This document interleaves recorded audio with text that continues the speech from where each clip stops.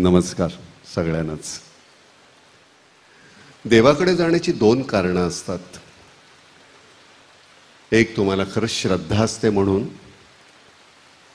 आणि एक आत्मविश्वास हरवलाय म्हणून. आत्मविश्वास हरवलेली माणसं देवाच्या दर्शनासाठी रांगेमध्ये उभी राहिलेली मी मुंबईत पाहिलेली आहेत. त्यावेळी वाईट वाटतं. सगळंच काहीतरी हरवत चाललेलं आहे आणि माझा हा कुठेतरी देव माझ्यासाठी काहीतरी करेल अशा भीतीपोटी त्याच्या दर्शनाची आज घेणारी लोक, आणि माझं जे सगळंच काय ते यांनीच दिलेलं आहे आणि त्याच्याकडे पुन्हा एक समर्पणाची वृत्ती असणं, अशी लोक, याच्यामध्ये फार फरक असतो. माझ्या दृष्टीनं निसर्ग हा देव. निसर्गाला मी नेहमीच नमस्कार करतो, त्याच्यासमोर कायमच नतमस्तक होत राहिलो, कारण त्याचाच एक अंश म्हणून मी पुढे आलेलो. पुन्हा मी तिथेच जाणार, तीच माती होणार माझी. त्यामुळे निसर्ग हा मी कायमच त्याला मी नमस्कार करत आलो. निसर्गातून आपण आलो, आपल्यातून, आपल्या कल्पनेतून देव निर्माण झाला, त्याच्यातून ती श्रद्धा निर्माण झाली. पण त्या श्रद्धेचा ज्या पद्धतीचा शहरामध्ये विध्वंस होत चाललेला आहे ते पाहून खरंच वाईट वाटतं. नेमकं जगणं काय आहे हेच विसरत चाललोय आम्ही. शहरामध्ये मला माझ्या एका खिडकी एवढं आभाळ दिसतं फक्त, आणि आम्ही त्यालाच आभाळ समजून जगत राहतो. आम्हाला मोकळं आभाळ नाही, आम्हाला चेहरे नाहीत, आम्हाला शेजार नाही, आम्हाला कोणासाठी वेळ नाही, समर्पण नाही. केवळ पैसे पैसे पैसे पैसे आणि पैसे, याच्या पलीकडे आम्हाला विचार करता येत नाही. आमचं जगणं स्क्वेअर फीटमध्ये आहे. माझं घर किती स्क्वेअर फीट आहे? मला इथे ह्या प्रांगणामध्ये आल्यानंतर मी नेहमीच विचार करतो. डोंगरातून, दऱ्यातून, घाटातून जात असताना मी नेहमीच विचार करतो, हे माझ्या नावावर का असायला पाहिजे? ही जमीन माझी आहे, माझ्या नावावर. 7/12चा उतारा माझा. हा 7/12चा उतारा मी कुठे घेऊन जाणार आहे? ही सगळी माणसं मी माझ्या नावावर केली. ह्या माणसांच्या प्रेमासाठी 7/12चे उतारे लागत नाहीत. आणि ती माणसं मला माझी वाटतात. ती मला जोडणं हे महत्त्वाचं. तुमच्याकडनं मी चोरतो सगळं, तुमच्याकडनं मी अवलोकन करतो त्याचं, आणि मग मी त्याचं ते चित्र जे आहे ते मी चित्रपटामध्ये मांडण्याचा प्रयत्न करतो. की तुमच्या मनामध्ये जर कुठली गोष्ट असेल तर तुम्हाला चाचपडावं लागत नाही. गावातला माणूस अंधारामध्ये चाचपडत नाही, शहरातला उजेडामध्ये सुद्धा चाचपडत राहतो. तोच तर प्रॉब्लेम आहे. कारण पावलांना सराव नाही आहे. तिथे आम्ही खरंच हरवत चाललेलो आहे. इच्छा नसते असं भाग नाही, वेळ नाही आम्हाला. आम्ही हे सुद्धा विसरलो की आम्ही श्वास कधी घेतो. खरंच घेतो का, तो सुद्धा प्रश्न आहे. नेमका घेतो तो कोणासाठी घेतो, तो सुद्धा प्रश्न आहे. सगळं अकारण चालल्यासारखं वाटतं काहीतरी, आणि एक दिवस कुठेतरी डॉक्टर सांगतो नाही तुम्हाला अमुक अमुक त्रास आहे, आणि मग त्याच्यानंतरची पथ्य. त्यामुळे हे जे जगणं आहे, मगापासून आपण पाऊस म्हणतो, मला सगळ्यात आवडता माझा ऋतू आहे पाऊस. सारखं रुजत असतं काहीतरी छान. प्रत्येकाला एक नाद आहे. प्रत्येक गोष्टीला अतिशय जोराने पडलेल्या पावसाचा एक नाद आहे. बुरबुर नुसे असेल त्याचा एक वेगळा नाद आहे. सरींचा एक वेगळा नाद आहे. काहीच नसलं तर त्या नीरवतेचा सुद्धा एक नाद आहे, शांतपणाचा. नुसतीच पानावर जमलेले ते थेंब असतात, ते कुठेतरी टप्पन पडल्यानंतर कुठल्या त्या आवाजाला छेद जातो. त्याला प्रत्येकाला एक काहीतरी छान नाद आहे. मला देव आवडतो अशातला भाग नाही, पण देवळात आल्यानंतर माझ्यात होणारा बदल आहे तो मला आवडतो, म्हणून मला देऊळ आवडतं. I like you not because of what you are, but what I am when I am with you. Anita कवर ही अतिशय दिसायला अतिशय अशी असली पोरगी, अशी ती झिडमिडी, आणि तिच्यामध्ये आत्मविश्वास हरवलेला आहे.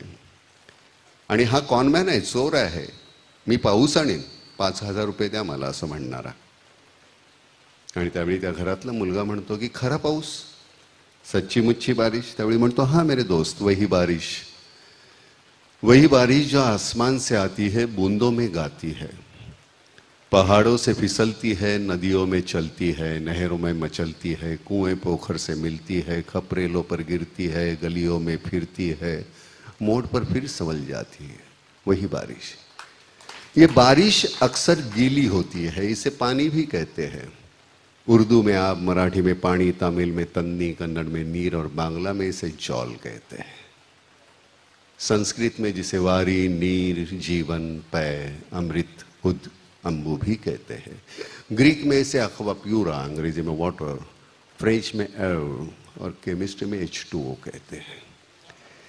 ये पानी जब आंख से ढलता है तो आंसू कहलाता है, लेकिन चेहरे पे चढ़ जाए तो रुबाब बन जाता है। कोई शर्म से पानी पानी हो जाता है, और कभी कभी ये पानी सरकारी फाइलों में अपने कुएं समेत चोरी हो जाता है। पानी तो पानी है, पानी जिंदगानी है।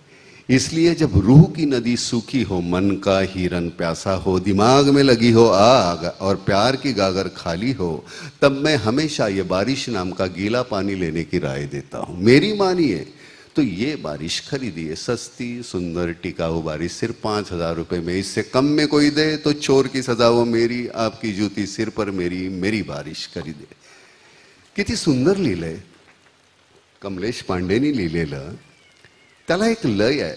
हे मी 25-30 वर्षापूर्वी केलेला चित्रपट आहे, कदाचित जास्त असेल, मला माहिती नाही, पण त्याची जी लय आहे, मला शब्द त्यातले आठवावे लागत नाहीत, कारण त्याला एक लय आहे, छंद आहे। ते बोलत असताना आणि त्याला खरंच एक तो नाद जो आहे, त्यातला जो अर्थ आहे तसा असा, लेकिन सबसे पहले इस हसीन नाज़नीन की खिदमत में अपने अकीदत का नाचिस तोहफा पेश करने की इजाज़त चाहूँगा। शब्द कितनी छान है, जिसके चेहरे पर इस सरजमीन के चमन का हर फूल और इस आसमान की कहकशा का हर सितारा बेपनाह रच कर रहा है, जिसकी रंगत देखकर चांदनी जल जल कर काली हो जाए, और जिसकी मुस्कुराहट को अपनी तौहीन समझकर सुबह शाम के आंचल में अपनी शर्मिंदगी छिपाने पर मजबूर हो जाए। काय मजा आहे त्याच्या, असे शब्द असले की तुम्हाला ते टाकायला सुद्धा किती छान वाटतं। सरते शेवटी आम्ही शेतकरी असतो, हे असं बियाणं काहीतरी मिळालं, आम्ही नुसतं ते लावायचं असतं, आणि वरून असं एकदा बरसायला लागलं प्रेक्षकांचं काहीतरी पाऊस की मग ते छानपैकी रुजतं। तर ती गंमत असते। पण मला खरंच असं संगीताच्या सानिध्यामध्ये आल्यानंतर मला असं वाटतं की आपण खूप काही एक वेगळ्या प्रकारची तुमची समाधी लागते। मला याच्यापेक्षा वेगळं काहीतरी अध्यात्म असतं का असं जर कोणी विचारलं तर मला नाही वाटत। संगीताची भाषा शिकले तर मला वाटतं खूप काहीतरी एकमेकांमधला आपला दुरावा आहे तो संपून जाईल, पण मुळामध्येच आपण त्या 7 सुरांच्या वाटेला जात नाही, बाकीच्याच कुठल्या तरी सुरांच्या वाटेला गेल्यानंतर मग ती आपल्यातली बेदिली जी सुरू होते ती त्यातून।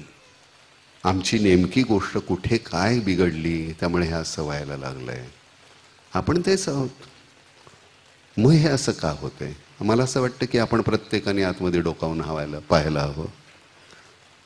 मी कुठे चुकत असेल तर किंवा तू चुकत असशील तर आपण एकमेकांशी बोलायला हवं, पण हकनाक एकमेकांची मानगूड धरण्याची काही गरज नाही आहे, आणि तितके आपण अमानवी नक्कीच नाही आहोत।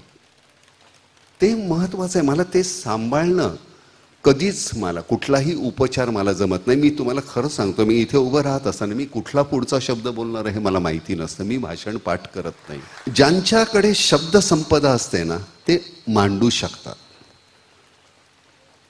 पण ज्यांच्याकडे शब्द संपदा आणि विचार करण्याची ताकद असते ते बिंबवू शकतात।